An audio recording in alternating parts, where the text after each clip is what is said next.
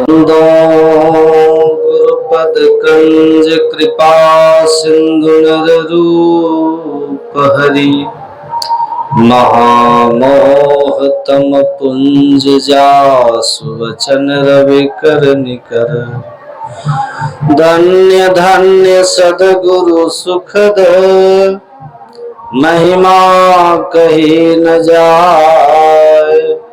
जो कुछ कहूँ तुम्हारी कृपा मोते कछु न बसाए। बोलिए प्रेम से श्री सद्गुरु महाराज की, श्री सद्गुरु महाराज की जय, श्री सद्गुरु महाराज की। परमाराध्य सद्गुरु महाराज के युगल पावन श्री चरणों में बारंबार नमन। उपस्थित सत्संग प्रेमी महानुभाव, पूजनीय माताओं एवं भक्तिमती धर्मशिला बहनों, आज हम लोग आदरणीय श्री भोला प्रसाद चौरसिया जी के आवास में सत्संग कर रहे हैं और उनके दोनों जो पुत्र हैं ब्रजेश जी और राजेश जी, इन लोग के प्रयास से, सदप्रयास से हम लोग सत्संग कर रहे हैं। और अभी हम लोग श्री रामचरितमानस से भक्ति की महिमा सुन रहे थे। क्या संभव काम सब संभव हो जाए, लेकिन बिना हरि भजन किए सुख पा लेना ये कभी संभव नहीं हो सकता।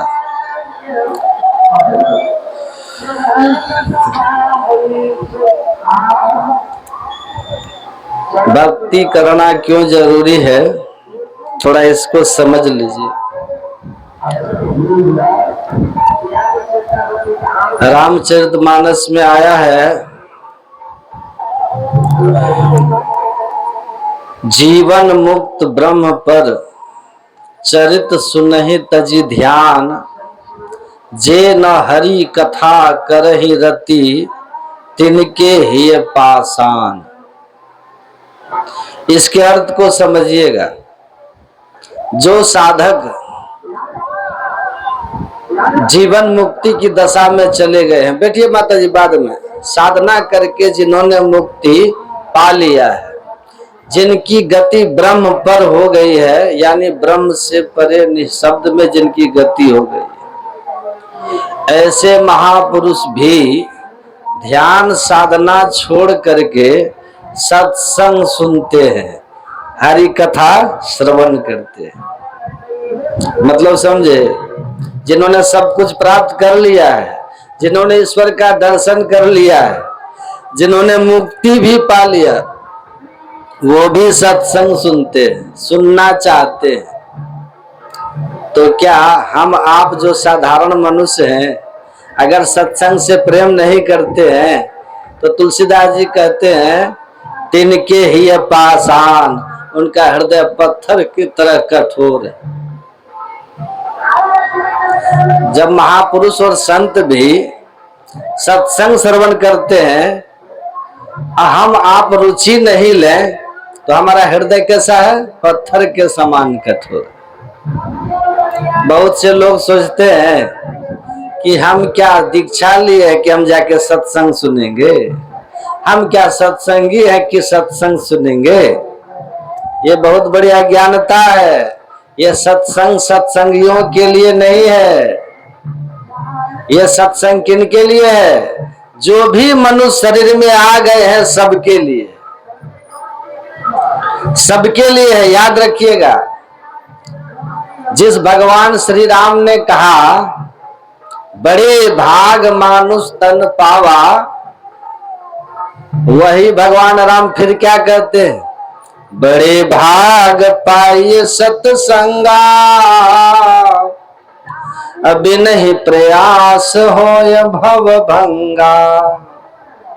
बड़े भाग से सत्संग मिलता है। कौन कह रहे हैं? भगवान राम। तो सत्संग किनको मिलता है? गाय भैंस को, पशु पक्षी को नहीं, मनुष्य के लिए कहा गया।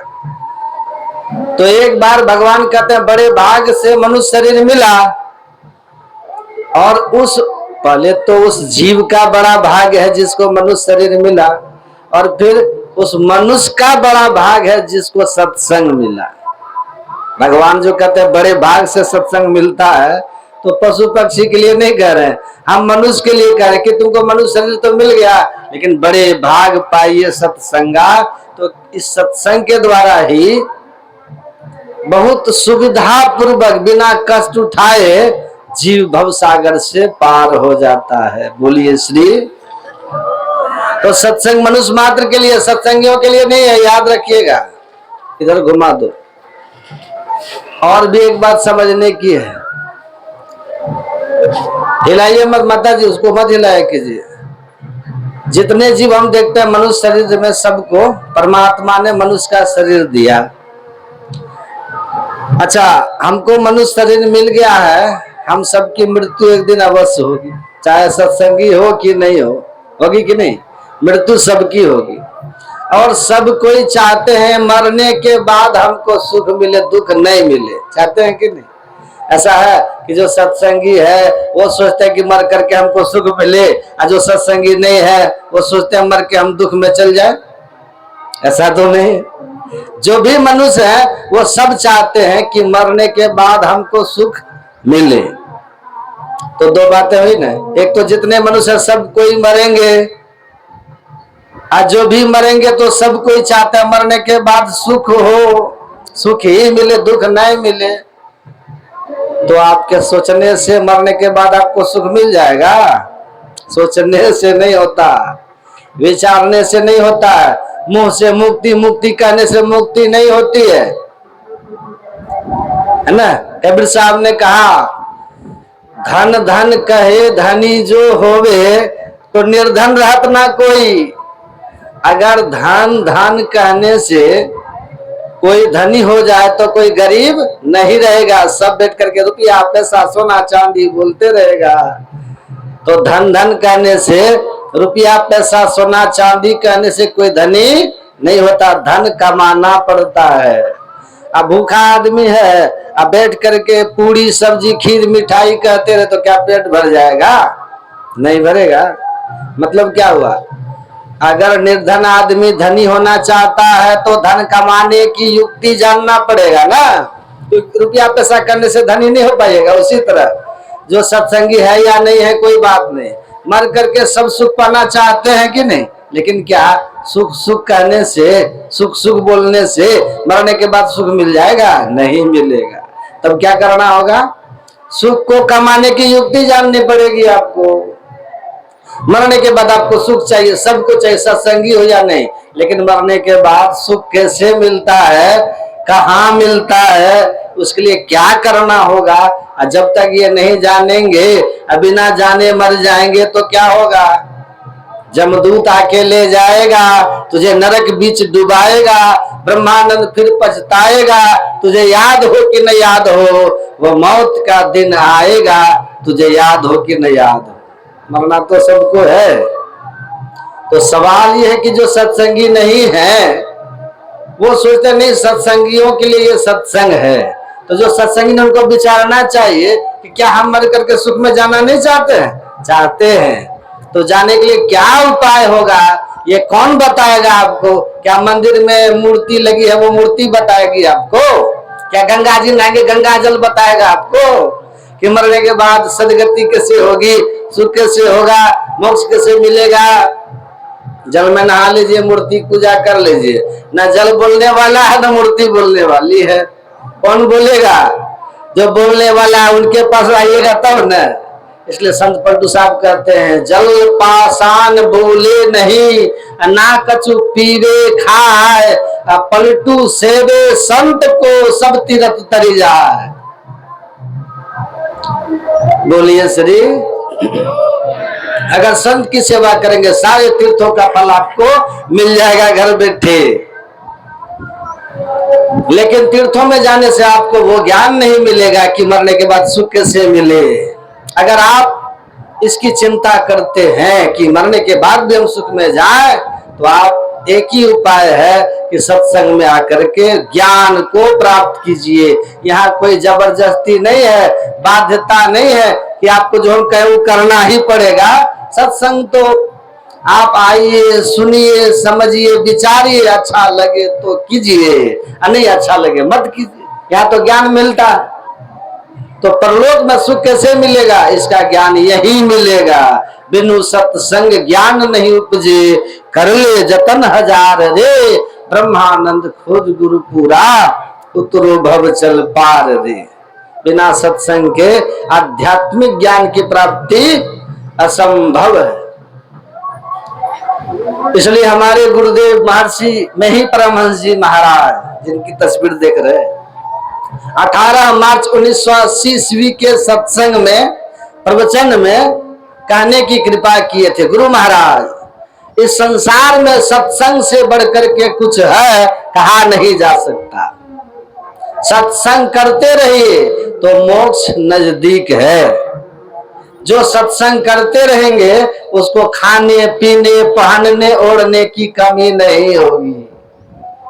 हमारे गुरुदेव की वाणी है, ब्रह्म वाणी है। इतना ही नहीं, उन्होंने ये भी कह दिया कि जो कोई सत्संग से प्रेम करेंगे वो पशु योनि में हरगिज नहीं जाएंगे। बोलिए श्री सद्गुरु। अगर सत्संग से प्रेम हो गया, आपको केवल प्रेम हो गया, प्रेम समझिए बात। कोई प्रेम के वशीभूत खींचे चले आते हैं सत्संग में। कैसे चले आते हैं? उनको निमंत्रण नहीं मिला, उनको फोन करके कहा नहीं, लेकिन प्रेम है, पता चल गया तो अपने आके सत्संग में बैठ जाएंगे। जगह नहीं मिलेगा तो कहीं बैठ जाएंगे, कोई शिकायत नहीं करेंगे, सुन के आनंद ले लेंगे। कुछ लोग कैसे होते हैं कि खुशामद करने पर आते हैं और भी दूसरे को सुनाते हैं। आज बहुत काम था घर में, तो घर वाले ने कहा तो सोचे कि मन में दुख हो जाएगा उनको, हम बहुत अपना काम छोड़ करके तब आए हैं सत्संग में। कुछ लोगों को ऐसा लगता है कि हमको कहे है ना बात रखने के लिए, ताकि उनको दुख नहीं हो जाए, इसलिए हम आए हैं। मतलब प्रेम हमको नहीं है, हम आए हैं लोक लाज से बात रखने के लिए, बात छुआने के लिए आ गए। तो ऐसे जो लोग होते हैं ना, वो कान खोल करके कुछ बात सुन लीजिए।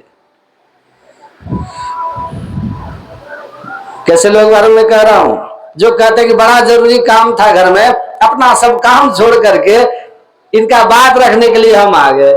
ऐसे कहने वाले व्यक्ति अज्ञानी है, मूर्ख है। क्यों? वो कहते हम अपना काम छोड़ करके आए। उनको पता नहीं है कि आप अपना काम छोड़ करके यहाँ नहीं आए, आप अपना काम करने के लिए यहाँ आए। आप अपना काम यहाँ करने के लिए ही आए हैं। गुरु महाराज क्या कहते हैं? समय गया फिरता नहीं, अझट ही करो निज काम, जो बीता सो बीतया भोग हो गुरु नाम। जो समय बीत गया लौट के आएगा, अपना काम जल्दी कर लीजिए, गुरु महाराज कह रहे हैं। तो लोग जो घर में अपना जो कुछ भी कर रहे हैं, कोई दुकानदारी कर रहे हैं, कोई चौका बर्तन कर रहे हैं, कोई भोजन बना रहे हैं, सब तो अपना ही काम करते कहते हैं। तो गुरु महाराज ने क्यों कहा झट ही करो निज काम? हर सीट इधर आके बैठो। तो कहा गया लड़का? वहां बैठो पीछे में। माता जी आगे बढ़िए, आप लोग आगे बढ़िए, कैमरा से थोड़ा दूर हो जाइए, उसको हिलाने से ना गड़बड़ हो जाता है, उस पर दूर हो जाइए। आगे बढ़िए, आगे बढ़िए, वहीं बैठो, तुम पीछे में बैठो, देखते रहना बस। बोलिए श्री सद्गुरु। इधर ही रहने दो, तुम देखता नहीं, हम देखते हैं। एक बार घुमा लो इधर से। बोलिए प्रेम से श्री सद्गुरु। क्या बोल रहे थे? हाँ, झट ही करो निज काम। क्यों कहा? इसलिए कहा कि वो काम अपना काम नहीं है घर वाला, अपना काम यही सत्संग है, जिससे जीव का कल्याण होता है, परलोक बनता है। मतलब आप काम छोड़ के यहाँ नहीं आए हैं, आपको मौका मिला है, आदरणीय भोला बाबू मौका दिए कि यहाँ आकर के अपना काम कीजिए, अभी तक अपना काम नहीं कर रहे। घर में जो कर रहे थे वो शरीर के लिए, संसार के लिए कर रहे हैं, उससे जीव का कल्याण नहीं होने वाला है। तो ये सत्संग भजन करना ही अपना काम है। तो आप काम छोड़ के नहीं आए हैं, आप अपना काम करने आए हैं। इसमें आपको लाभ है, आपका स्वार्थ है ना। यहाँ आकर के आप संत भगवंत की वाणी को श्रवण कर रहे हैं। सत्संग में आते क्या मिलता है? संतों और भगवंत की वाणियों को हम लोग श्रवण करते हैं, ज्ञान लाभ होता है। वहीं बैठो। और यही सत्संग करते करते करते तब पुण्य जमा होता है, बहुत पुण्य जमा होता है। साधु महात्माओं के दर्शन होते हैं ना, तब पुण्य जमा होता है। साधुनाम दर्शनम पुण्यम तीर्थभूता ही साधवा, तीर्थम फलति कालेन सद्य साधु समागमः। साधु संतों के दर्शन से पुण्य राशि जमा होते हैं। साधु नाम दर्शनम पुण्यम, साधु लोग तीर्थ रूप होते हैं। कैसे होते हैं?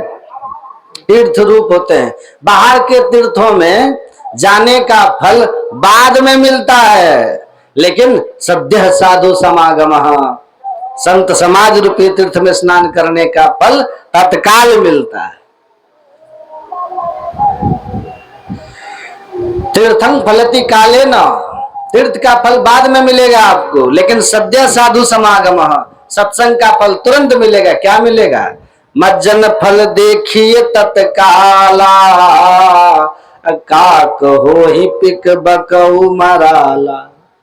तुलसीदास जी ने लिखा तत्काल क्या फल मिलता है? सत्संग करते करते कौआ कोयल हो जाता, बगुला हंस हो जाता है। आप कहेंगे यहाँ कोई मशीन है कि कौआ को घुसाओ तो इधर से कोयल निकलेगा, इधर से बगुला घुसाओ इधर से हंस निकलेगा? ऐसी बात नहीं है। कौआ कोयल हो जाता मतलब कौआ कर्कश बोलता है नहीं। अगर आपके मुंडेर पर बैठ करके का बहुत करे तो आप भगा देते हैं उसको, नहीं। लेकिन कोयल आकर के बोले तो आप भगाते नहीं है, आप उसके स्वर में स्वर मिलाते हैं। कागा किसका धन हरे, कोयल किसको दे, मधुर वचन सुनाए के जग अपनो करी ले। बैठिए वहीं बैठिए। कौआ किसी का धन नहीं हरता कि उसको उड़ाते हैं, कोयल किसी को धन देता नहीं है। लेकिन कोयल में क्या बात है? मधुर वचन सुनाए के जग अपनो करी ले। उसकी मीठी वाणी से सब उसका प्यारा हो जाता, सब उसको प्यार करते।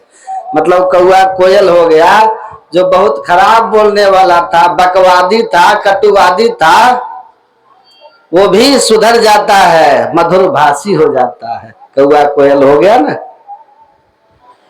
अब बगुला हंस कैसे हो जाता है? तो बगुला तो मांसाहारी होता है ना, अभक्ष पदार्थ को ग्रहण करता है, लेकिन वह जब हंस हो जाता है तो वह मुर्दा नहीं खाता है, तब वह गलत चीज नहीं खाता। मतलब खान पान सुधर गया, मतलब बगुला से हंस बन गया। अब बोली सुधर गई तो कौआ से कोयल हो गया। परिवर्तन हो जाता है ना, निश्चित परिवर्तन होता है सत्संग से। अगर सत्संग से परिवर्तन नहीं होता तो याद रखिए, कभी भी रत्नाकर वाल्मीकि न होता, कभी भी अंगुली माल डकैत, कभी बौद्ध भिक्षु न बनता। तो सत्संग से सुधार होता है। और सत्संग करते करते क्या होता है? पुण्य जमा होता है। साधु नाम दर्शनम पुण्यम। और जब पुण्य जमा होगा तब क्या होगा? पुण्य पुंज बिन मिलहि न संता, असत संगति संस्कृति कर अंता। बहुत पुण्य जमा होता है, तब किसी सच्चे संत का दर्शन होता है। याद रखिएगा, साधु महात्मा आपको मिल जाएंगे, लेकिन जीवन मुक्त जो संत होते हैं, हमारे गुरुदेव महर्षि में परम जी महाराज की तरह, महर्षि संत परम जी महाराज की तरह, महर्षि शाही स्वामी जी महाराज की तरह, बुद्ध महावीर की तरह, ऐसे संतों का दर्शन बड़ा दुर्लभ है। जिनको बहुत पुण्य जमा होता वही दर्शन करते। पुण्य पुंज बिनु मिले न संता। अगर सच्चे संत मिल गए, उनके चरणों में आपका प्रेम जग गया, तो सीधे आप मोक्ष में पहुंचेंगे। संत संग अपवर्ग कर, कामी भव कर पंथ, कहीं संत कवि कोविद, श्रुति पुराण सदग्रंथ। संत का संग पकड़िएगा ना, आपको मोक्ष अपवर्ग में ले जाएंगे। और कोई भगवान, कोई देवी देवता आपको मोक्ष में नहीं ले जा सकते, क्योंकि कोई वहां पहुंचे हुए ही नहीं है। आपको कैसे पहुंचा सकते हैं? आप भ्रम में पड़े रहते हैं, यही देवी देवता हमको परमात्मा से मिला देंगे, मुक्ति में पहुंचा देंगे। लेकिन ये देवी देवता खुद मुक्ति को जानते नहीं, मुक्ति को ये लोग पाए नहीं, तो आपको कहां से देंगे? विचार कीजिए। जो निर्धन व्यक्ति वो धन कैसे दे सकता है? जो बंधा हुआ आदमी है आपके बंधन को कैसे खोल सकता है?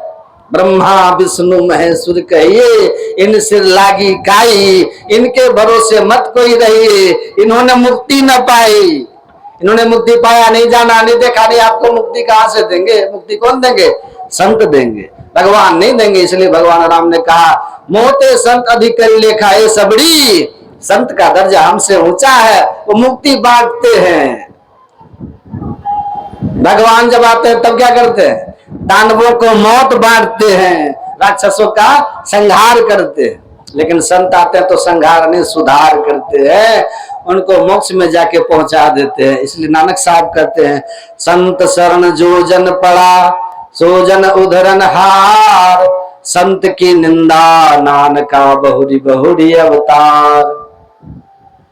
जो संत के शरण में चले गए उनका उद्धार हो जाता है, और जो संत की निंदा करते हैं वो जन्म मरण के चक्र में घूमते रहते। तो संत मिल गए, उनके चरणों में श्रद्धा जग गई, उनसे प्रेम आपका जुड़ गया, तो आपको लेके वहीं जाएंगे जहां वो रहते हैं। कहां? परम पद में, मोक्ष पद में। संत के दर्शन से क्या लाभ होता है? संत की कृपा मिलने से क्या लाभ होता है? आधो में आधो घड़ी, आधो में पुनियाद, तुलसी संगति साध के कटे कोटि अपराध। अपराध करता गुरु नानक देव जी महाराज ऐसे ही सत्संग कर रहे थे। एक सेठ आए और बोला कि महाराज जी,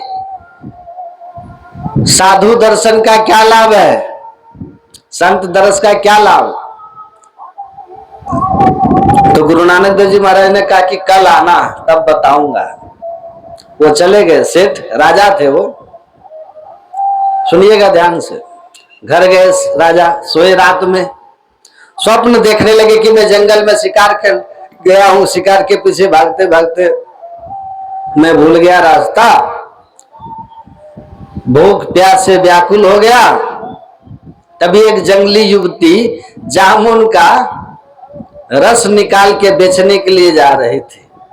कहते हैं कि बहुत प्यास लगी है, प्राण मेरा निकल जाएगा, हमको थोड़ा उसी में से पिला दो। राजा ने कहा स्वप्न में। वो कहती है नहीं पिलाएंगे। कहा क्यों? बोली हम एक ही शर्त पर पिलाएंगे कि आपको हमसे विवाह करके और यहीं रहिएगा, तब पिलाएंगे। राजा ने कहा अरे मैं राजा हूं, यहाँ कैसे रहूंगा? कहा मरो। शक्ति इतनी रहे राजा को कि वो घर जा सके राजमहल। कहा ठीक है, वचन देता हूं। आजकल के लोग जैसे नहीं होंगे कि सुबह वचन दिए, आधे घंटे के बाद वचन उड़ गया। का वचन दिया, स्वप्न था ना, पिला दी। शादी हो गई, राजा की शादी हो गई, बच्चे भी हो गए स्वप्न में ही।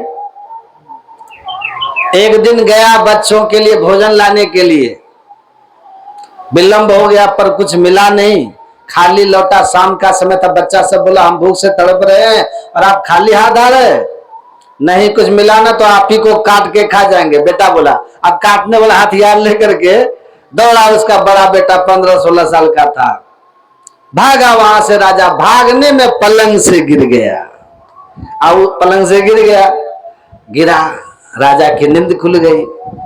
बड़ा आश्चर्य हुआ कि कैसा देख रहे हैं भाई, ये किस तरह का स्वप्न है भाई।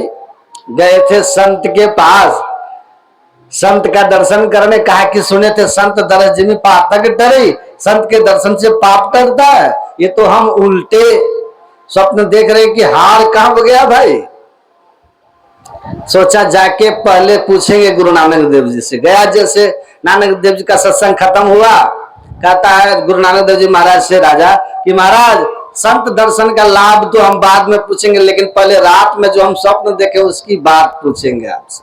तो गुरु नानक देव जी ने कहा क्या पूछेगा? यही न कि शिकार खेलने गया था, रास्ता भूल गया, प्यास लग गई, युवती जामुन रस लेके जा रहे थे विवाह के शर्त पर तुमसे, जामुन का रस दी, उसके बाद शादी किया, बच्चा हुआ, एक दिन तुम लौट के आ रहा था, खाली हाथ तो बच्चा दौड़ा काटने के लिए कि काट के तुम्ही को पका खा जाएंगे, और तुम तब पलंग से गिर गया, नींद खुल गई। यही ना तुम पूछना चाह रहे हो? क्या ऐसा स्वप्न क्यों देखे?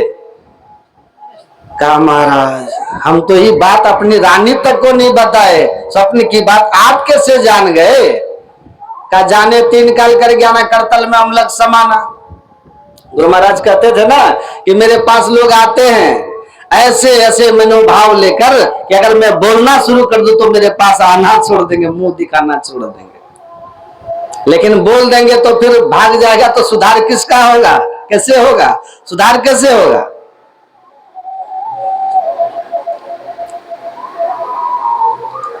तो गुरु नानक देव जी ने कहा पूछा था ना राजा कि संत के दर्शन से क्या लाभ होता है, सत्संग से क्या लाभ होता है? सुनो, तुम जो स्वप्न देखे हो ना, ये तुम्हारे भावी जीवन की सच्चाई थी। तुम्हारा ऐसा पाप कोई बना था कि आगे के जन्म में तुम ऐसे ही चंडाल बनता, तुम्हारा जन्म होता जंगली आखेटक समाज में, जहां तुम इसी तरह की गरीबी और दैन्य अवस्था में अपना जीवन यापन करता। लेकिन तुम जो आए सत्संग सुने, श्रद्धा भक्ति से अहंकार को छोड़कर, राजा होकर भी अहंकार छोड़ करके तुम आए, उसका फल है कि जो तुमको जीवन के 70-80 वर्ष तक भोगना पड़ता, वो 1 घंटे के सत्संग में स्वप्न में भोग करके तुम मुक्त हो गया।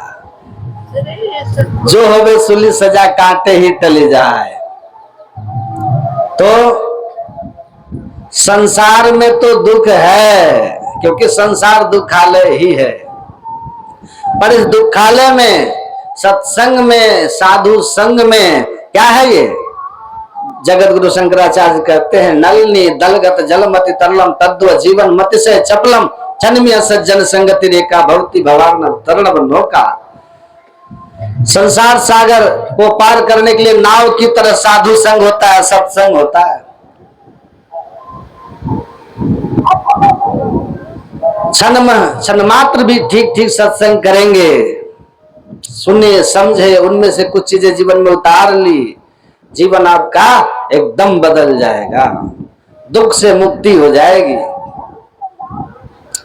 विवेक हो जाने से दुख तो आता है लेकिन आपको दुखी नहीं कर पाता है, विवेक कारण। अरे छोड़ो, उसकी समझ ही ऐसी है। अभी कोई बोल देगा ना तो बहुत बुरा लगेगा कि हमारी निंदा कर रहा है, लेकिन जब आदमी को विवेक हो जाता है ना तो समझ में आ जाता है कि वो इसी नेचर का है, ये स्वभाव उसके संस्कारगत है। उसी संस्कार को बदलने के लिए तो सत्संग है। मज्जन फल देखिए तत्काला, काक होई पिग बको मराला। कौआ को कोयल, अब बगुला को हंस बनाने के लिए तो सत्संग है। तो इस सत्संग में लाभ बहुत है। कबीर साहब कहते कौआ कोयल और बगुला हंस हो जाता है। तो सबसे जीत जाइएगा, सत्संग कीजिएगा तो दूसरों को भी बचाने वाले हो जाइएगा। सत्संग कीजिएगा तो सही बात आपको डिप्रेशन में डाल सके, आज तक ऐसी कोई समस्या पैदा नहीं। आप सत्संग तो कीजिए, पर सत्संग से आपका परिचय नहीं तो बस देहाभिमान में फूले घूमते रहिए। जहां देहाभिमान में ठेस लगी तो लगा देह को नष्ट कर जाएगा। देह को नष्ट करना कोई समस्या का समाधान नहीं है। एक बार पूज्यपाद महर्षि संत शिवराम जी महाराज अपने इलाज के सिलसिले में दिल्ली गए हुए थे। आप लोगों में से बहुतों को ज्ञात होगा कि दिल्ली में भी एक सत्संग आश्रम है छतरपुर के पास में, जो महर्षि संत शिव जी महाराज के पहल से ही उसका निर्माण हुआ उस आश्रम का। तो वहीं पर हुजूर ठहरे हुए थे संत शिव जी महाराज, बहुत बढ़िया आश्रम है। तो उनके दर्शन के लिए बहुत लोग पधारते थे, दर्शनार्थ आते ही रहते थे। एक दिन की बात है, कुछ संत शिव जी महाराज बैठे हुए थे, कुछ सत्संगी लोग और कुछ अपरिचित लोग भी आए। उन लोगों में एक बहुत अमीर आदमी, कोई अरबपति आदमी आए थे पूज्यपाद संत सेवी परम जी महाराज के दर्शन के लिए। तो लोगों ने परिचय कराया, हुजूर ये जो व्यक्ति हैं ये दिल्ली के बहुत बड़े अमीर आदमी हैं। तो अमीरी का तो घमंड भी हो जाता है ना, अहंकार होता है। वो तो सत्संगी थे नहीं बेचारे।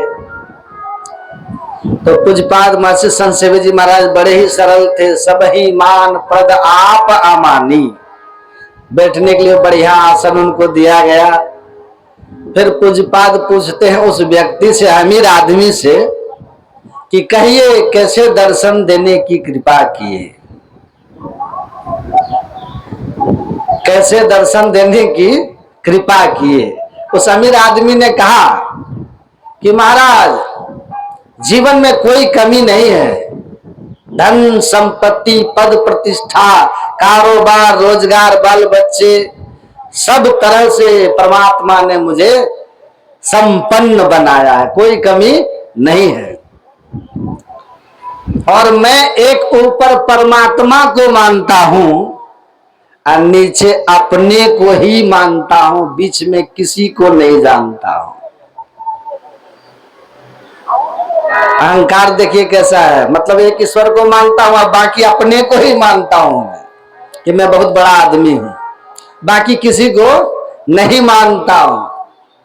लेकिन आपका नाम बहुत सुना आपके भक्तों से, तो मैं चला आया आपके दर्शन करने के लिए। अब पूज्यपाद महर्षि संत सेवी जी महाराज की सरलता देखिए। वो कहते हैं कि अच्छा आ ही गए हैं तो अब कुछ सुनाइए, जब आ ही गए हैं तो कुछ सुनाइए। तो उस अमीर अरबपति आदमी ने कहा कि महाराज सब कुछ है, मैंने आपको कहा ना धन संपत्ति कारोबार परिवार रोजगार सब कुछ ठीक है, किसी तरह की कोई कमी नहीं है, देश से विदेश तक हमारा कारोबार फैला हुआ है। लेकिन इतना कुछ तो है, जीवन में शांति नहीं है। क्या नहीं है? ऊंट आ गया पहाड़ के नीचे। क्या कहा? सब कुछ है पर शांति नहीं। तो महाराज जी ये शांति क्यों नहीं है, कैसे आती है? तब पूज्यपाद ने कहा कि देखिए मैं जो कहता हूं ना ध्यान से सुनिए और समझिएगा, शांति कैसे आती है उसको समझिए। उन्होंने कहा कि आप अभी तक जिधर गए उधर शांति है ही नहीं, और जिधर शांति है उधर आप गए ही नहीं। घुमा दो इधर। क्या कहा? तो उस अमीर आदमी ने पूछा कि महाराज शांति किधर है? तब तो हमको पता नहीं है, कैसे शांति मिलती है? तब पूज्यपाद संत सेवी जी महाराज ने करने की कृपा की। आप लोग भी ध्यान से सुनिएगा और समझिएगा। पूज्यपाद कहते हैं आदमी जैसा जैसा चाहता है वैसा वैसा होता नहीं है, जैसा जैसा होता है वह उसको सुहाता नहीं है, जो जो सुहाता है सो टिकता नहीं है, और जो टिकता है उसमें आदमी दिल लगाता नहीं है। शांति आए तो कहां से आए, उसको समझिएगा। आदमी जैसा चाहता क्या वैसा होता है? आप सोचते थे बेटा टॉप कर जाएगा, फेल हो गया। आप सोचते थे हमारा दामाद बड़ा अच्छा होगा, बाद में बेटी को सताने लग गया। सोचने लगे बहुत, मन में चाहते थे कि बहुत बढ़िया मिल जाए दामाद, लेकिन वैसा हुआ नहीं। सोचते थे ये दुकान बहुत चलेगा, चलेगी दुकान, इतनी चलेगी कि हमारा सब कर्जा उर्जा टूट जाएगा, लेकिन देखते हैं दुकान बैठते ही चलता जा रहा है। मतलब आदमी जैसा जैसा चाहता वैसा वैसा होता नहीं है, और जो जो होता है वो सुहाता नहीं है। सोचते थे इस बार 10 मन अनाज हो जाएगा, लेकिन 5 मन अनाज हुआ खेत में। तो जो होता है सो सुहाता नहीं है, और जो जो सुहाता है सो टिकता नहीं है। अपने जवानी बहुत सुहाती, अपने टिकने वाली है जवानी नहीं रहेगी, है ना। अपनी सुंदरता बहुत अच्छी लगती है, टिकने वाली नहीं है। तो जो जो सुहाता है वो टिकता नहीं है, जो टिकता है उसमें दिल लगाता नहीं है। टिकने वाले का संसार में है क्या? टिकने वाला है? चांदो मरी है, सूरजो मरी है, मैं है पवन, मरी है पवन और पानी। वैज्ञानिकों ने भी कहा, कबीर साहब की बात, उन्होंने कहा चांद सूरज सब समाप्त हो जाएगा, और आज के वैज्ञानिक खुद खोजते, उन्होंने कहा सूरज की आयु लगभग 10 अरब वर्ष। वैज्ञानिक खोज पता चला कि सूरज की आयु लगभग 10 अरब वर्ष की है, जिसमें आधी आयु समाप्त हो गई है 5 अरब वर्ष लगभग, और आधी आयु बाकी है सूर्य की। और जब सूर्य की भी आयु समाप्त हो जाएगी तो सूर्य राख के ढेर में बदल जाएगा, उसमें उष्मा नहीं रहेगी, तब सूर्य नहीं कहेंगे उसको, सूर्य भी समाप्त हो जाएगा। तो कबीर साहब तो पढ़े लिखे नहीं, तो पहले बता दिए, वैज्ञानिक आज बताते हैं इसकी आयु भी सीमित है। तो जो टिकने वाला है उसमें हम दिल लगाते नहीं है। टिकने वाली क्या है दुनिया में? टिकने वाला क्या है? अविनाशी तत्व क्या है? सत्य तत्व क्या है? एकमात्र परमात्मा, एकमात्र परमात्मा सत्य है, बाकी सब आने जाने वाला है। सत्य सोई जो बिन से नाही, जिसका विनाश नहीं होता वही सत्य है। सत्य मतलब परमेश्वर, परमात्मा। यदि उससे दिल लगा लेंगे तो शांति आएगी। कैसे आएगी? संसार के जिन वस्तुओं से प्रेम करते हैं या जिन व्यक्तियों से प्रेम करते हैं उन सब में परिवर्तन हो जाता है। तो जब हम प्रेम करते हैं उनको, हमको आनंद मिलता, और वह वस्तु ही परिवर्तित हो जाए तो आनंद बदल जाएगा ना। किसी वस्तु से आपको आनंद मिल रहा है और वस्तु जो है वस्तु ही बदल जाए तो आनंद कम हो जाएगा ना। एक रसगुल्ला लीजिए, मुंह में रख दीजिए, कुछ देर रहने दीजिए, चबाइए नहीं, होते होते मिठास सब अंदर निगल लीजिएगा, तब उसके बाद क्या बचेगा? उसमें मिठास तो नहीं रहेगा ना। या फिर धीरे धीरे वो खत्म हो जाएगा, तो रहेगा सब दिन रसगुल्ला, तब तो आनंद देगा। जब चबा के खा ही गए तो आनंद कहाँ रहा? खत्म हो गया। तो सब कुछ की स्थिति बदलती है। बहुत छोटा बच्चा है, आप सीने से लगाते बहुत आनंद आता है आपको, लेकिन वो बच्चा कितने दिन बच्चा रहेगा कि आप सीने से लगाइएगा? बड़ा हो जाएगा तब सीने से लगा सकिएगा, उठा सकिएगा, गोद में लीजिएगा? नहीं, बदल गया ना। तो संसार की सभी वस्तुएं परिवर्तनशील है, इसलिए उनमें जो आनंद मिलता है वो भी परिवर्तनशील है। जो वस्तु टिकाऊ है, स्थिर है, वो सदा एक जैसा है, तो उससे प्राप्त होने वाला आनंद भी एक जैसा रहेगा।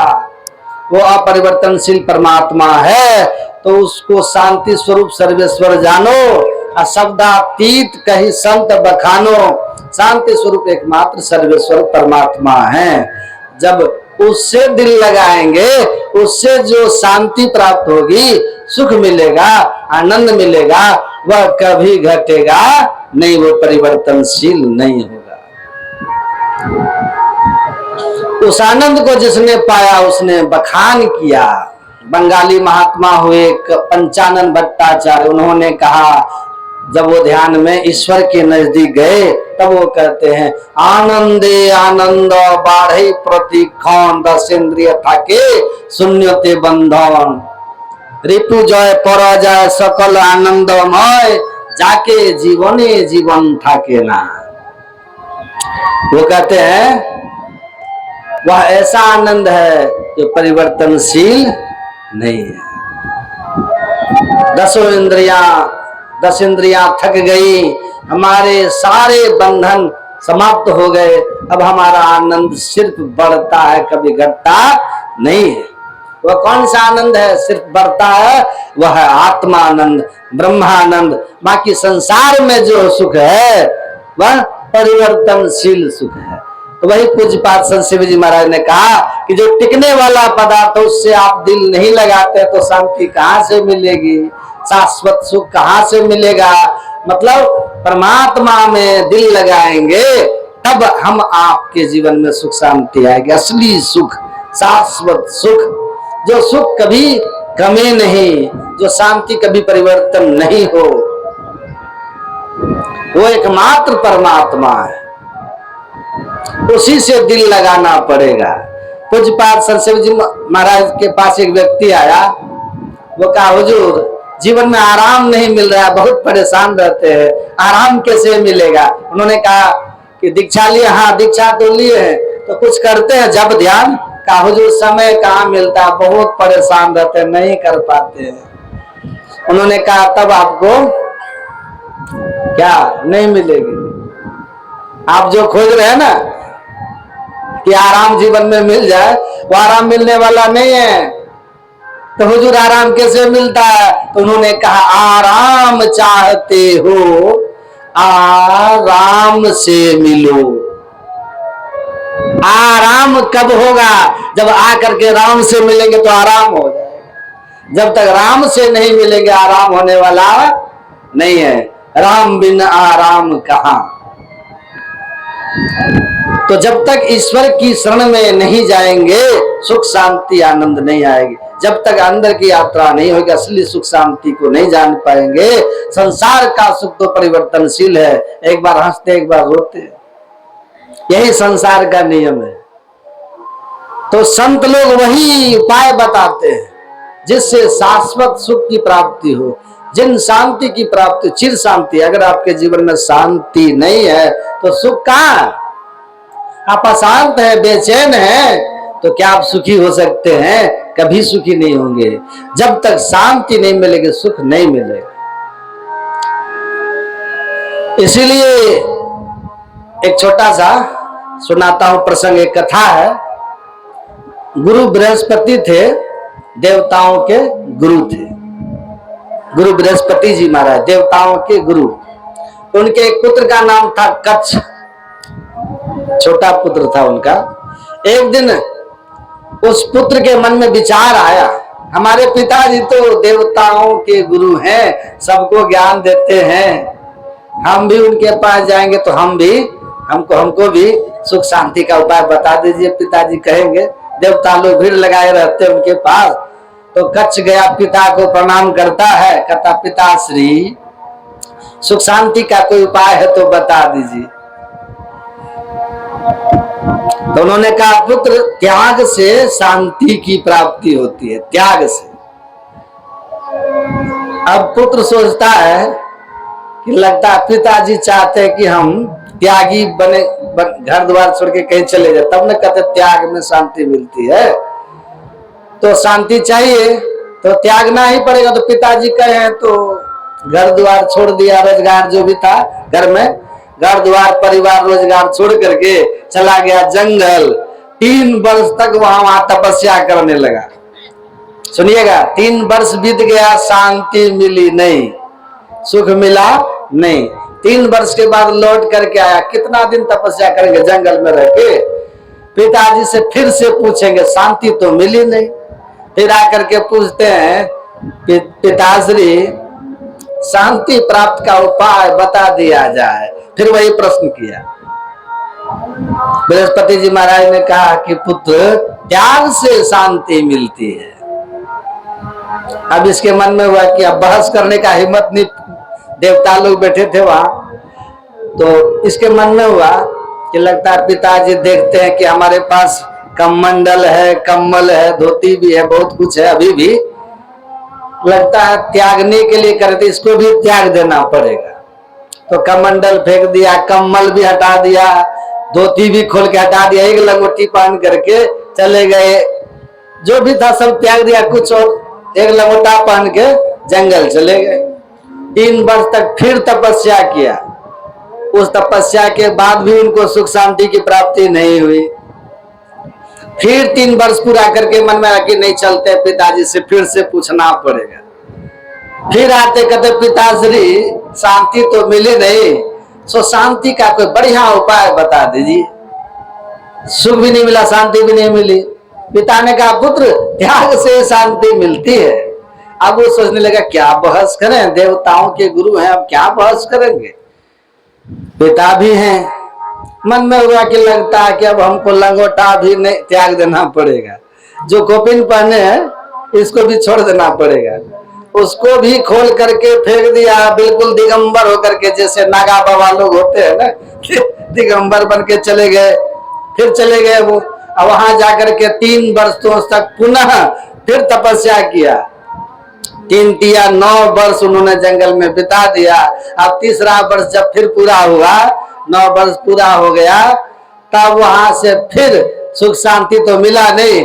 अब लौट करके फिर आ गए। सोचने लगे कि पिताजी को कुछ ज्ञान है कि नहीं है, क्या कुछ से कुछ बतलाते रहते हैं, सुख शांति मिलती नहीं, कहते हैं त्याग में शांति, त्याग में शांति।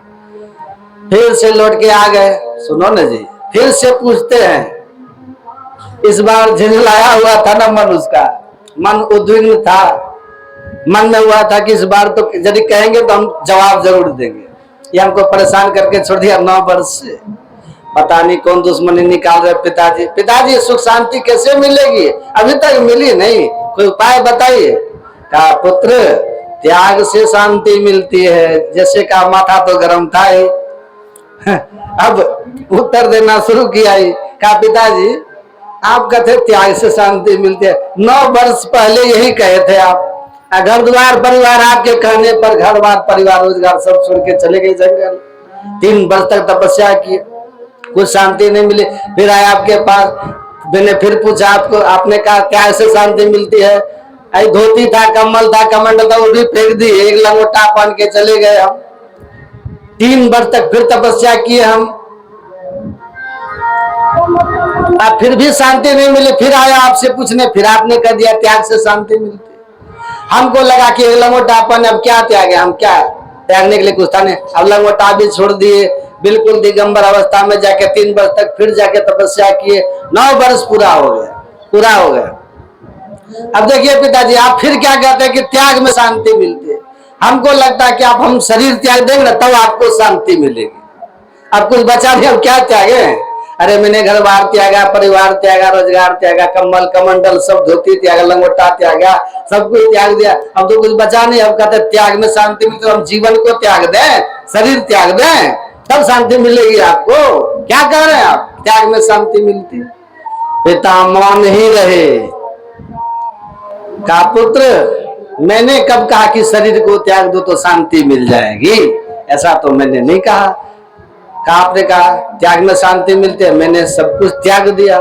तो पिता कहते हैं बेटा तुम कहते हो मैंने ये त्यागा, मैंने वो त्यागा, मैंने वो त्यागा, जितनी बार तुम कहते हो सब जगह मैं करते हो। तुम सब कुछ का तुम त्याग किया, लेकिन इस मैं को तुम नहीं त्याग सका, इसलिए शांति नहीं मिलने वाली है।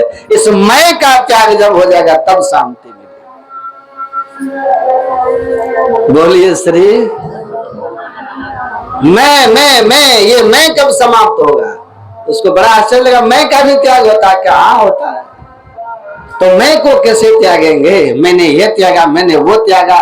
कहा तुम्हारा अहंकार बाकी है तो मैं करता है, तू कर्तापन का बोध तेरे अंदर है कि मैं करता हूं, मैंने त्यागा, मैं हूं, ये मैं समाप्त होगा तब शांति मिलेगी। ये कैसे शांति मिलेगी, ये मैं कैसे त्यागेंगे? उन्होंने कहा पहले मैं को जान लो कि मैं कौन हूं, फिर मैं को जानने के बाद तुम ईश्वर को जानोगे, ईश्वर क्या है। और जब फिर ईश्वर को जान लोगे तो मैं मिल जाएगा तुम में, मतलब ईश्वर में, और फिर मैं नहीं रहेगा, सिर्फ तू ही तू बचेगा, मतलब सिर्फ परमात्मा ही बचेंगे। मैं और इसके लिए क्या करना होगा, मैं और मेरा त्याग दे, मत लेस तू अभिमान कर, सबका नियंता जान कर, विश्वेश का तू ध्यान कर। मैं का समाप्त कब होगा? जब आत्मज्ञान होगा, आत्म दर्शन होगा, तब मैं की समाप्ति होगी। एक बार जब मैं को जानेंगे तो परमात्मा को जानेंगे, और जब आत्मा परमात्मा दोनों को जान लेंगे तब आत्मा परमात्मा का मिलन हो जाएगा। जब मिलन हो जाएगा तब हम आत्मा नहीं रहेंगे, जीवात्मा नहीं रहेंगे, तब परमात्मा हो जाएंगे। तो मैं रह कहाँ? मैं नहीं रहे तो क्या होता? अहम ब्रह्मास्मि, मैं ब्रह्म हो गया। नदी में, गंगा नदी में जल है तो वो जल, वो कह सकती है कि हम गंगा जल हैं। और जब गंगा जल का पानी बह करके समुद्र में, कलकत्ते बंगाल की खाड़ी में जाके वो समुद्र में मिल जाता है, तब वो कहेगी कि हम गंगा जल हैं। अब वो समुद्र हो गया ना, अब वो गंगा जल नहीं रहा, नदी भी नहीं रहा।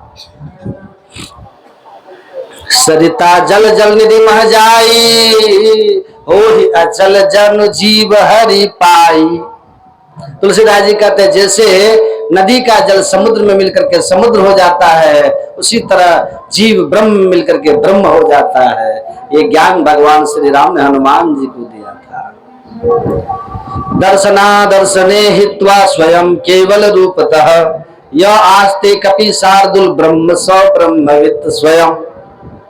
हे कपि शार्दुल हनुमान जी, दृश्य और अदृश्य को त्याग कर पुरुष कैवल्य स्वरूप हो जाता है, तब वह ब्रह्म ज्ञानी नहीं होता बल्कि स्वयं ब्रह्म बन जाता है। दृश्य और अदृश्य को त्यागेंगे तब केवल स्वरूप हो जाएंगे। दृश्य अदृश्य को त्यागना पड़ेगा, तब हम ब्रह्म को जान लेंगे। सोने की ब्रह्म को जान लिए, ब्रह्म ज्ञानी हो गए, हम सोने खुद ब्रह्म बन जाएंगे।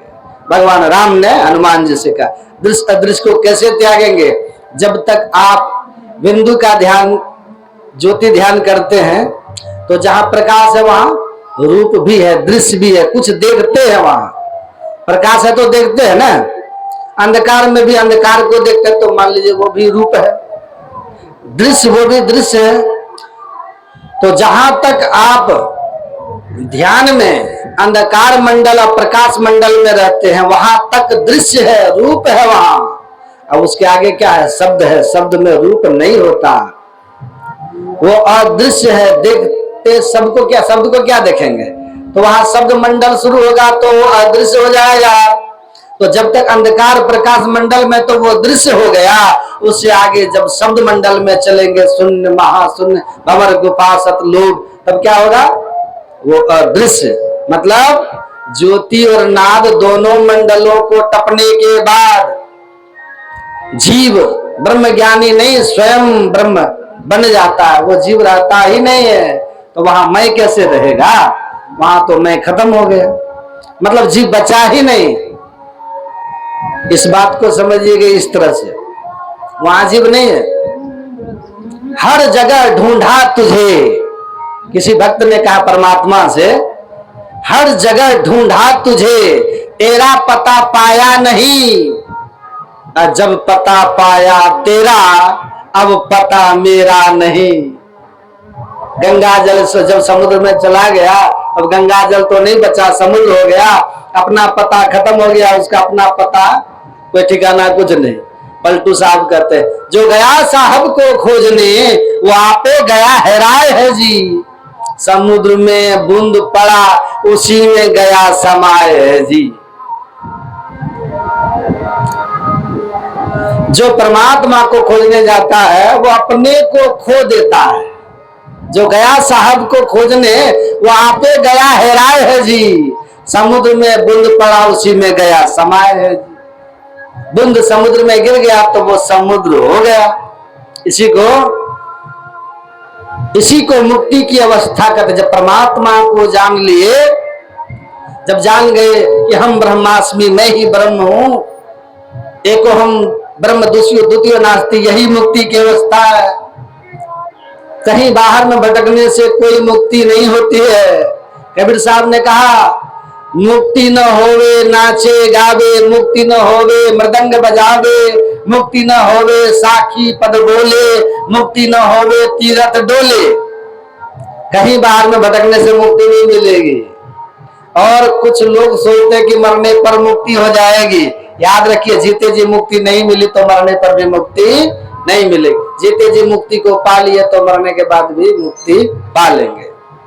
योग शिखोपनिषद में प्रातः सुन रहे थे ना, पिंड पाते ने या मुक्ति सा मुक्ति न तो मन्यते देहे ब्रह्मत्व माया ते जलानाम सिंधवम यथा अनन्यताम यदा याति तदा मुक्त स उच्यते।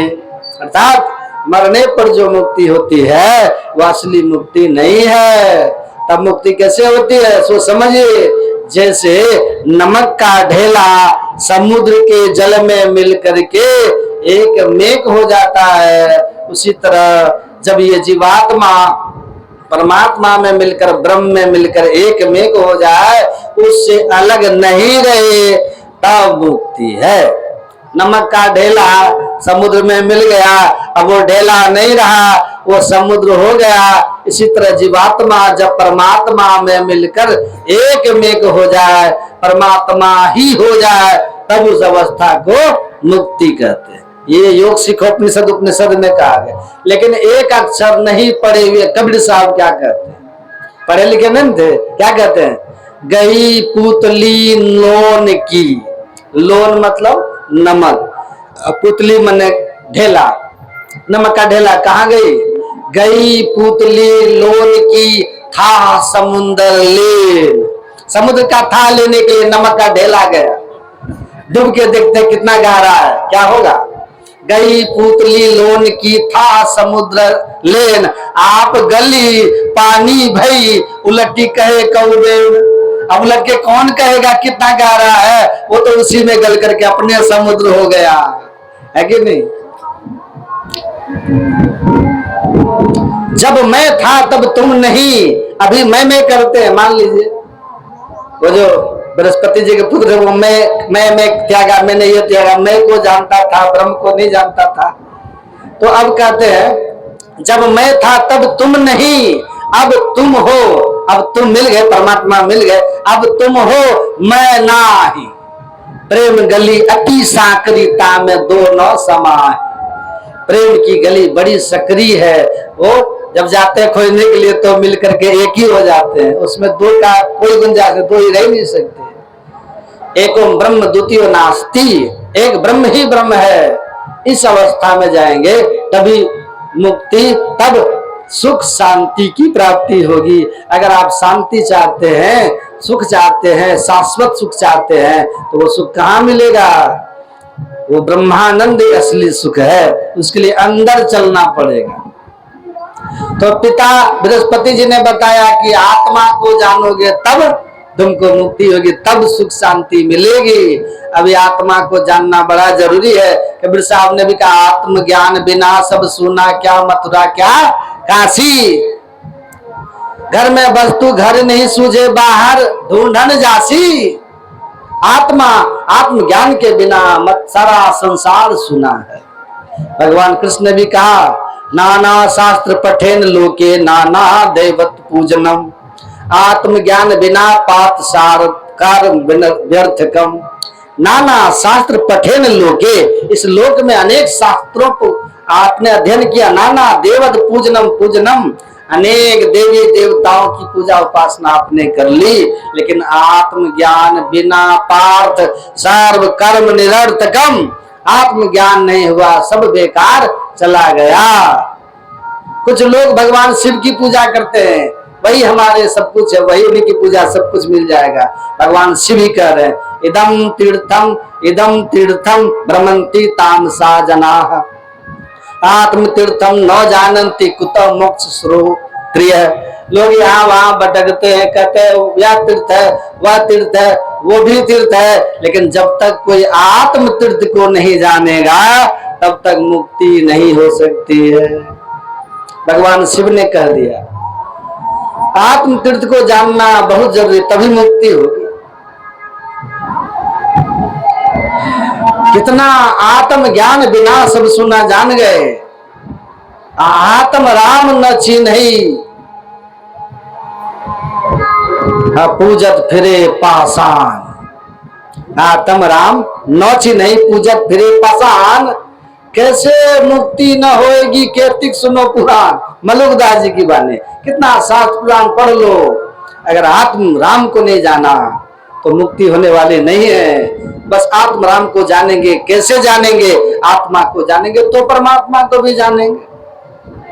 दोनों को जान लेंगे। आत्मा को जानने की जरूरत है, परमात्मा को स्वतः जान लेंगे। माताएं भात बनाती है ना, चावल को सिजाती है, भात पानी में देके उबालती है। अब उस चावल को देखती है कि वो सिद्ध हुआ कि नहीं, तो क्या करती है माताएं? एक चावल निकालती है, भात को दबा करके देखती है ठीक से वो सिझा कि नहीं। तो एक को देखने से पता चल गया कि पूरा बर्तन का जो चावल है पक गया, भात बन गया। ठीक है, ऐसा होगा कि सभी भात को निकाल निकाल के दाब दाब के देखना पड़ेगा, सब खत्म हो जाएगा ना। तो जैसे एक भात को देखने से बर्तन में जितना भात है सबका पता चल जाता है, चावल सिद्ध हो चुका है, पूरे भात को जान गए ना। इसी तरह आप आत्मा को जान गए तो परमात्मा को जान गए, क्योंकि हम है जीव, आत्मा वो है परमात्मा। दोनों को आत्मा ही है। हम जीवात्मा और परमात्मा। एक जीवात्मा हम शरीर के बंधन में है, इंद्रियों के बंधन में है, और एक परमात्मा जो बंधन में नहीं है। हम उसी के अंश हैं। आत्मा को जानेंगे तो परमात्मा को जानेंगे।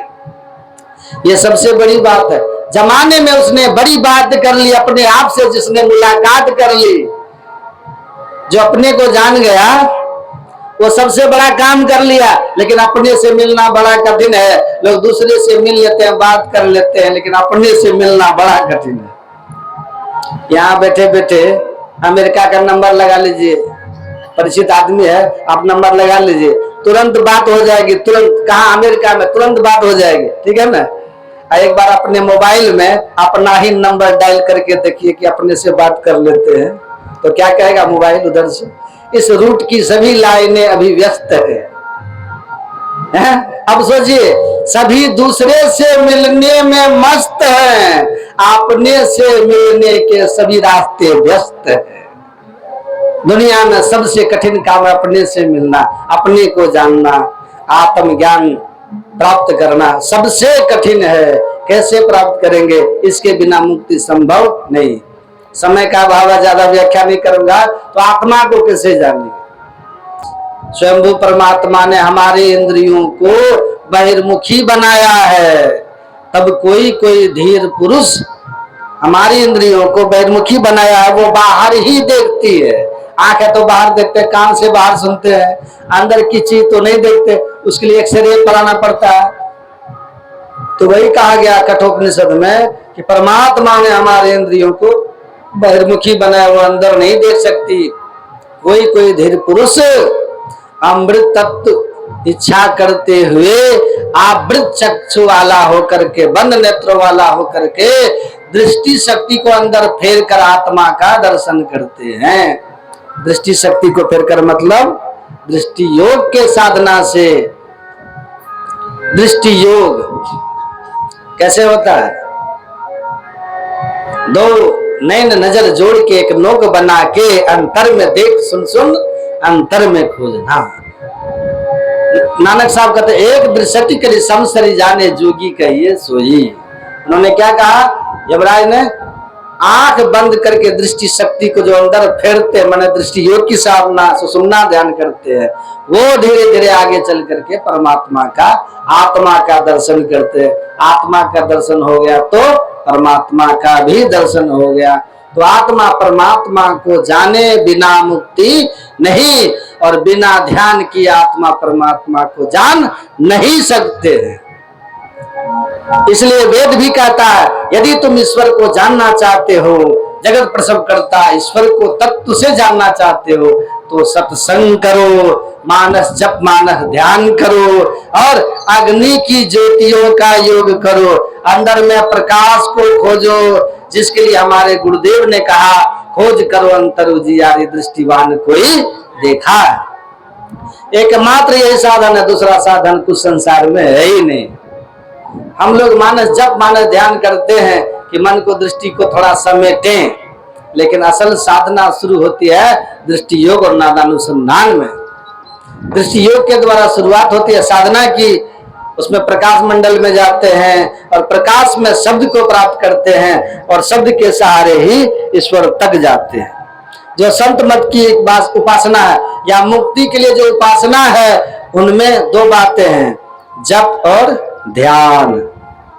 जप मतलब ईश्वर के एक रूप का आवृत्ति करना, उसी एक रूप एक नाम की, मतलब एक नाम की आवृत्ति। वही कोई एक नाम परमात्मा का, एक नाम राम कृष्ण गुरु कोई नाम हुआ, उसको मन ही मन जपते, अति पावन गुरु मंत्र मन ही मन जाप जपो।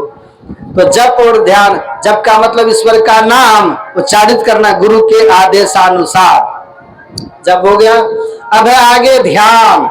अब ध्यान के दो रूप है, ध्यान के दो प्रकार है, एक रूप ध्यान, दूसरा अरूप ध्यान। ध्यान की बात को ध्यान से समझिएगा, सुनिएगा, ध्यान की बात ध्यान से सुनिएगा। जो ध्यान है, ध्यान के दो प्रकार है, दो चरण है, एक रूप ध्यान, दूसरा अरूप ध्यान।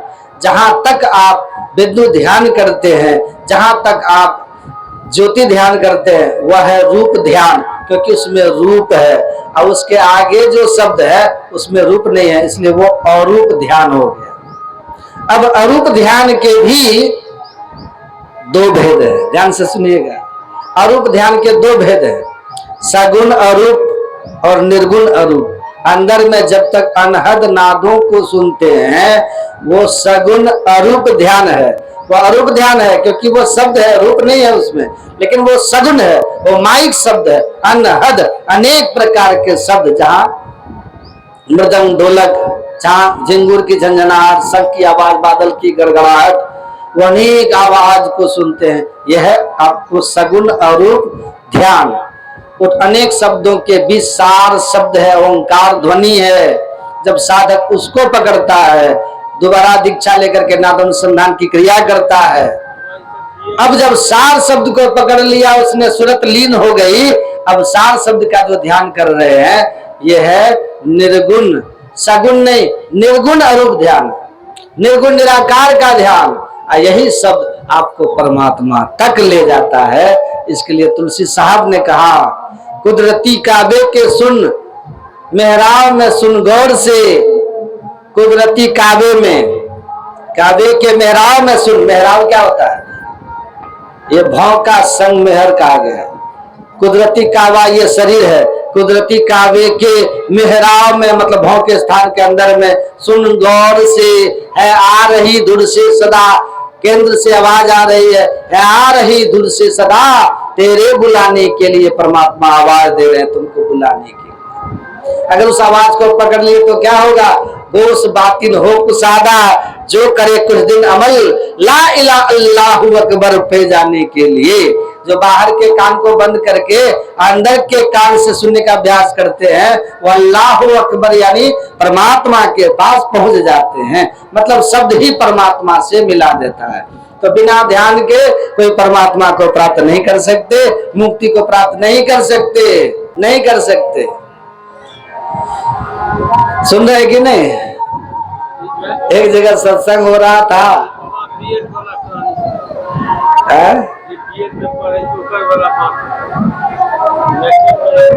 अच्छा आप सुनिए, पहला क्लास का एक जगह बहुत सत्संग हो रहा था इसी तरह से, तो बहुत भीड़ थी वहां, यहाँ तो कम भीड़ है।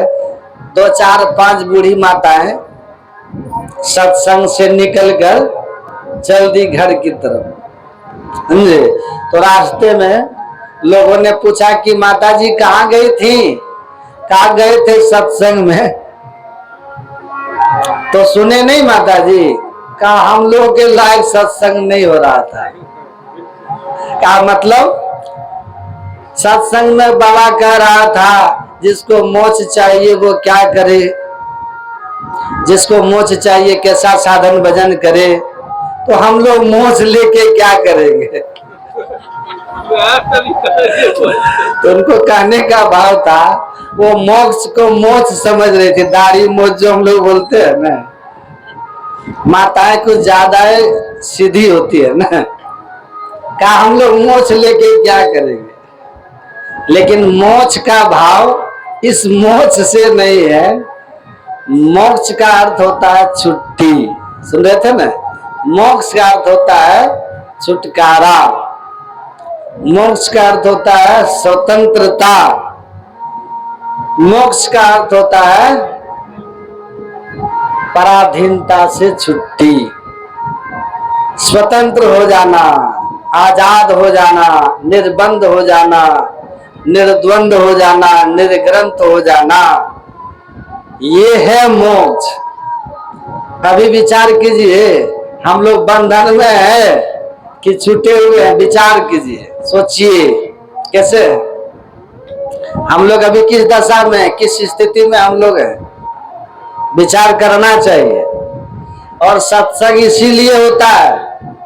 सत्संग हमारे गुरु महाराज जी ने कहा है कि सत्संग हम क्यों करें, सत्संग करने का उद्देश्य क्या है।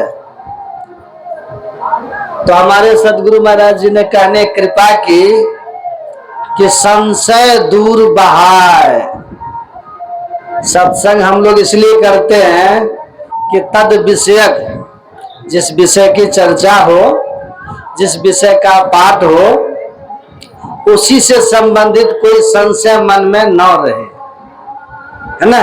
संशय सत्संग से समाप्त हो जाता है। और दूसरी बात सुनिए, दृढ़ ज्ञान समुझाए, बोध दे बुद्धि को हरते। पहली बात तो सदगुरु महाराज जी कहते हैं सत्संग का भाव यह है कि संशय बिल्कुल भी ना रहे मन में, जो सुने उसके लिए निर्भ्रम हो जाए, निरसंशय हो जाए। और दूसरी बात गुरु महाराज कहते हैं सत्संग यदि सुने तो बुद्धि में बात अट जाए, दृढ़ हो जाए, बात घर कर जाए, जम जाए आपकी बुद्धि में, तब सत्संग का फल हुआ। अने तो सत्संग में आए, संशय मन में लगा ही रहा, सत्संग में आए, बुद्धि की दृढ़ता नहीं हुई, ज्ञान की पकड़ नहीं हुई, समझ में बात नहीं आई, तो फिर हम घर से भी गए और सत्संग से भी गए। सब सुन रहे हैं कि नहीं, माथा गोद के सुनते हैं। कभी कल शरीर रहता है, सत्संग में मन चल जाता है घर, तब रंग नहीं चढ़ेगा। तन के साथ साथ मन भी यहाँ होना चाहिए, है ना। दम घुटता है ना, ज्यादा देर हो जाने से दम घुट, जैसे सत्संग में ज्यादा लेट हुआ, यदि सत्संग में मन नहीं लगेगा तो दम घुटेगा। हमको भी जाना है, हमको भी जाना है, देवघर तक जाना, आज ही पहुंचना है। तो आप लोग भागिएगा मत, हमको भी भागना है।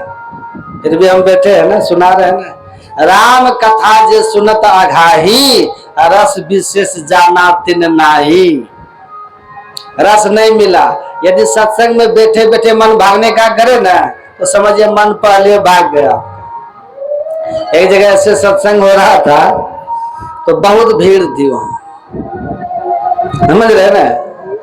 एक बूढ़ी माता जी आई दौड़ते दौड़ते, और भीड़ को चीरते फाड़ते बीच में जाके बैठ गई।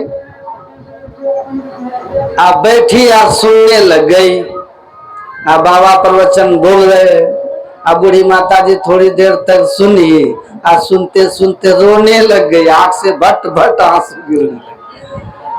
बाबा ने जैसे देखा, ओहो ये माता जी धन्यवाद के पात्र, असली श्रोता हमको मिल गई। जो राम भगवान ने कहा ना, दूसरी रति मम कथा प्रसंगा, सत्संग को प्रेम से सुनना चाहिए। गद गद गिरा नयन बह नीरा, ऐसे सुनना चाहिए ना। ये माता जी सच्ची श्रोता मिल गई, ये बैठ के सुन भी रही है, आप प्रेम से देखिए रो भी रही है। श्रोता हो तो ये माता जी की तरह। बाबा बहुत गदगद है। अरे एक श्रोता मिला काकभुसुंडी को गरुड़ जी, राम कथा हो गई। एक श्रोता मिला भगवान शंकर को, माँ पार्वती कितनी कथाएं चल गई। एक श्रोता मिला याज्ञवल्क्य जी को, भरद्वाज जी कितनी कथाएं चल गई, आज मेरा भी सत्संग सफल हो गया। ये माता जी असली श्रोता हमको मिल गई। बाबा तो बड़े गदगद है, प्रसन्न है। अब माता जी थोड़ी देर तक बैठ करके सुनी, आउट के पीछे से चल दी। बाबा करे माता जी आप कहाँ जा रहे हैं, बैठिए ना। हाँ बाबा आप जा रहे। अरे कितना प्रेम से आप सुन रही थी, आप कितना भाव से सुन भी रही थी, रो भी रही थी, कहाँ चल दी। आपको तो बहुत प्रेम है सत्संग से। कहा बाबा हमको प्रेम कुछ नहीं है सत्संग से। कहा प्रेम नहीं है, कितना बढ़िया से आप बैठी थी, सुन रही थी और रो भी रही थी, तो प्रेम की निशानी यही है। कहा प्रेम की निशानी नहीं है बाबा, तो फिर आई थी क्यों यहाँ। कहा क्या बताएं बाबा, मेरे पास एक बकरी थी। अब बकरी को बाड़ी में घास चरने के लिए थोक दिए थे, किल्ला में रस्सी बांधकर। अब बकरी कल्ले से गायब हो गई है, वही बकरी ढूंढने के लिए हम यहाँ आए थे। आपका सत्संग हो रहा था, सोचे थोड़ा टाइम पास कर लेते हैं, तो आपका सत्संग सुन करके टाइम पास करने के लिए आए। बाबा आप बात तो अच्छी अच्छी कर रहे थे, तो सुनने में अच्छा लगा, तो बैठ करके सुनने लग गई। लेकिन बाबा आप जो बोल रहे थे ना, आपकी जो दाढ़ी हिल रही थी, तो आपकी दाढ़ी मेरी बकरी की दाढ़ी से मिलती जुलती है। इसलिए हमको फिर से बकरी की याद आ गई। हम जा रहे फिर से बकरी खोजने के लिए। तन है कहाँ सत्संग में, मन कहाँ चला गया, बकरी में, तो तन रहेगा यहाँ। जो सत्संग से उठ के भाग जाए तो समझिए उसका मन पहले भाग गया, समझ रहे। इसलिए पीछे से उठ के वो भी भाग जाएगा, है ना। कबीर सब जग निर्धना, धनवंता नहीं कोई, धनवंता सोई जानिए राम नाम धन जय हो। जिनके पास ये भजन सत्संग का धन है, जिनके पास नाम का धन, वास्तव में वही तो सत्संगी अमीर है, वही तो धनवान है। ये सब का विरोध नहीं है, खंडन नहीं कर रहे, ये सब भी ठीक है, सब चाहिए, धन दौलत सब चाहिए। आपके पास धन रहेगा तभी तो सत्संग करवाइएगा, आपके पास धन रहेगा तब तो अच्छा अनुकूल भोजन कीजिएगा, धन होगा तभी तो अच्छा सा मकान बना करके रहे, वो भी जरूरी है। लेकिन वही जरूरी नहीं है, उसके लिए हम मनुष्य नहीं बने। देह धरे कर यही फल भाई भजिए राम, सब काम भी आई। सभी कामनाओं को छोड़ करके तब भजन करने के लिए। एक बात और सुनिए थोड़ा सा, लंका में विभीषण जी है ना, लेकिन कहीं नहीं पढ़िएगा कि विभीषण जी कभी कोई मांस मछली का सेवन किए, कभी नहीं, कहीं नहीं लिखा हुआ। वहीं पर रावण है, वो क्या करता था, महिष खाए और मदिरा पाना, गर्जा बरजा गात से मना, गरजते रहता था। राक्षस था ना रावण, भैंसा खाता था, शराब पीता था। इधर लोग क्या कहते हैं, इधर लोग कहते हैं संडे हो कि मंडे, नीति खाओ अंडे। जब लगेंगे जमराज के डंडे तो हो जाओगे ठंडे, तब कोई बचाएगा। रामा रामा हरे, बकरी मुर्गी घरे घरे। लोग क्या क्या पकड़ा, एक महात्मा से ये बात बोल रहा था, आश्चर्य लग रहा है सुन। ऐसे लोग करते हैं, बकरी रखते हैं, मुर्गी रखते हैं घरों में, अंडा खाते हैं। ये कैसे हम लोग हो गए। एक विभीषण है, राक्षस होकर के भी राम भगवान ने खुद कहा तुम राक्षसों के बीच रहने वाले, पर तुम्हारा जीवन कितना संयमित है। और हम लोग का देखिए कितना परिवार सुंदर, समाज सुंदर है, कोई प्रतिबंध नहीं है, कोई विघ्न बाधा नहीं है। आप फिर भी जी के स्वाद में पड़ करके क्या क्या खैनी खाते रहते हैं, मानव तन को राक्षस की तरह बना रहे, क्या क्या हम लोग कर रहे हैं। शराब पीने वाले का शान सही रहता है, नशा करने वाले का शान सही रहता है, उसकी तो दुर्दशा ऐसे ही हो जाती है। इसलिए हमारे गुरु महाराज कहते खान पान को प्रथम संभालो, रस रस सब अवगुण को मारो, मांस मछरिया भोजन त्यागो, सत्य गुण खान पान में पागो। यदि खाए तब क्या होगा। कबीर साहब कहते हैं मांस मछ, कबीर साहब कहते कहता हूँ कही जात हूँ, कहा जो मान हमार, जाका घर तू काटिए फिर सो काट तुहार। जिनका गला हम काटेंगे फिर वो हमारा गला काटेगा। ये कुकर को खान है, मानुष देह क्यों खाए। अब मुख में आमिक मिलता नरक पड़े सो जाए, परिणाम में नरक जाना पड़ेगा। एक व्यक्ति कह रहा था कि कोई साधु कह रहा था, अभी देखते हैं गांव घर में हिंदू मरता तो कहां जाता है, हिंदू मरता तो हिंदू मरे तो शमशान नहीं, हम मुसलमान मरे तो कब्रिस्तान, अब बकरी मुर्गा मरे तो इंसान, इसमें देते रहते हैं। ये कैसी आपकी सोच है, कैसा आपका विचार है, कैसा चिंतन है आपका। इसका त्याग करना चाहिए, इससे मानवता में कमी हो जाती है। एक शराबी था, वो जा रहा था, सुनिएगा, शराब पी लिया था, शराब के नशा में जा रहा था। देखे ना डगमगाते में शराब पीने वाला लोग, एक पैर इधर एक पैर उधर, डगमगाते डगमगाते चलता है। अब जा रहा था, रास्ते में सीवर लाइन होता है ना, शहरों में जो गंदा गंदा पानी बहता है, सीवर लाइन, लेटरिन का पानी, पेशाब मलमूत्र का पानी गंदा गंदा भरा रहता है, सब गंदगी शराबी को। बाहर जो उसको किया तो नशा में वो शराबी, तो अच्छे घर खानदान का, लेकिन शराबी हो गया था।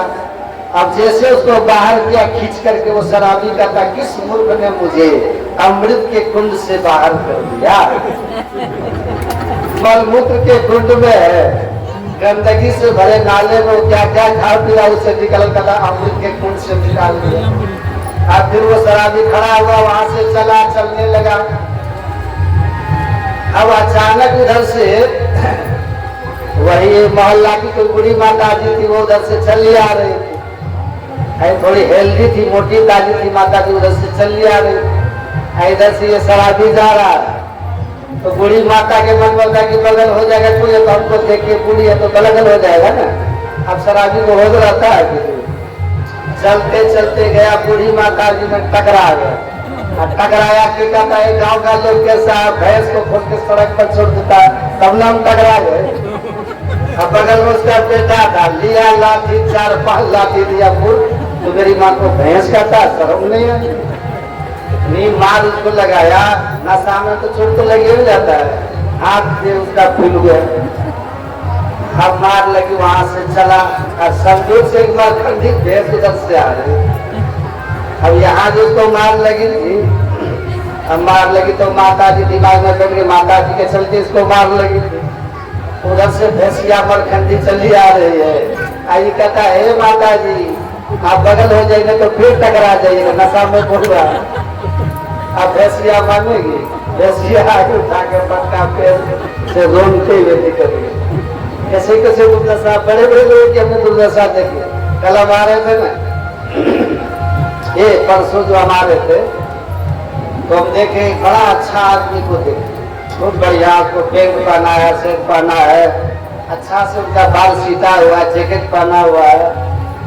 और वहाँ जहाँ लोग उधर गंदगी करते हैं, टॉयलेट करते हैं, उसी जगह देखे तो 4 लाल चित्त पड़ा हुआ है। और वहाँ 1-2 मिनट तक हम खड़ा होकर देखे क्या उसकी दुर्दशा हो।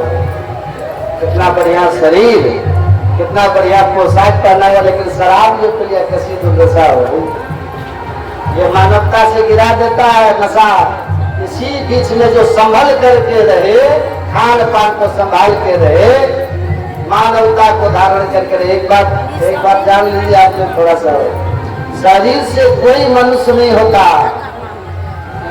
शरीर हो जाने से कोई मनुष्य होता है? अब देखने गाँव घर में कोई बात नहीं कहते गधा कहता है, मनुष्य कह देते गधा। कोई बात है बैल कहीं का है, मनुष्य कह देते हैं बैल। ऐसा कोई बात है?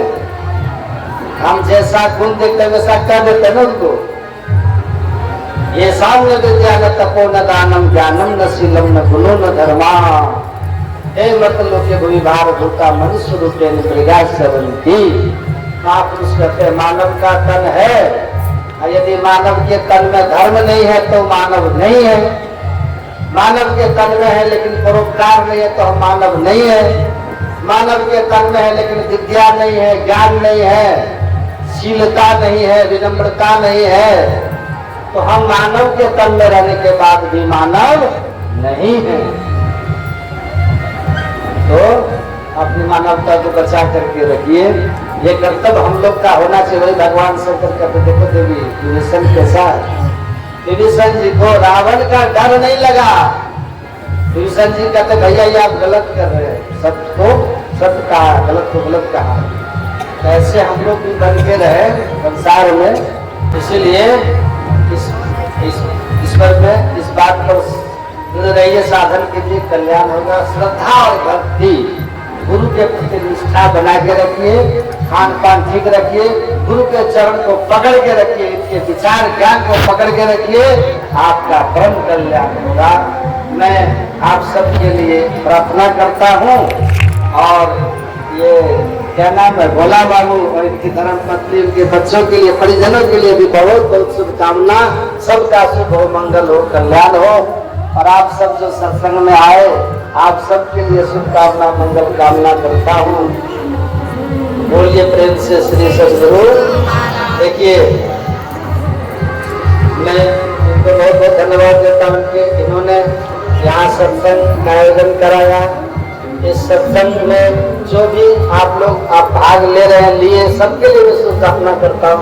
सबका लोक परलोक मंगलमय हो और यहाँ के आश्रम की उन्नति हो, यही शुभकामना है। अब एक भजन तो भजन गाना है, गाइए, क्योंकि समय बहुत हो रहा है।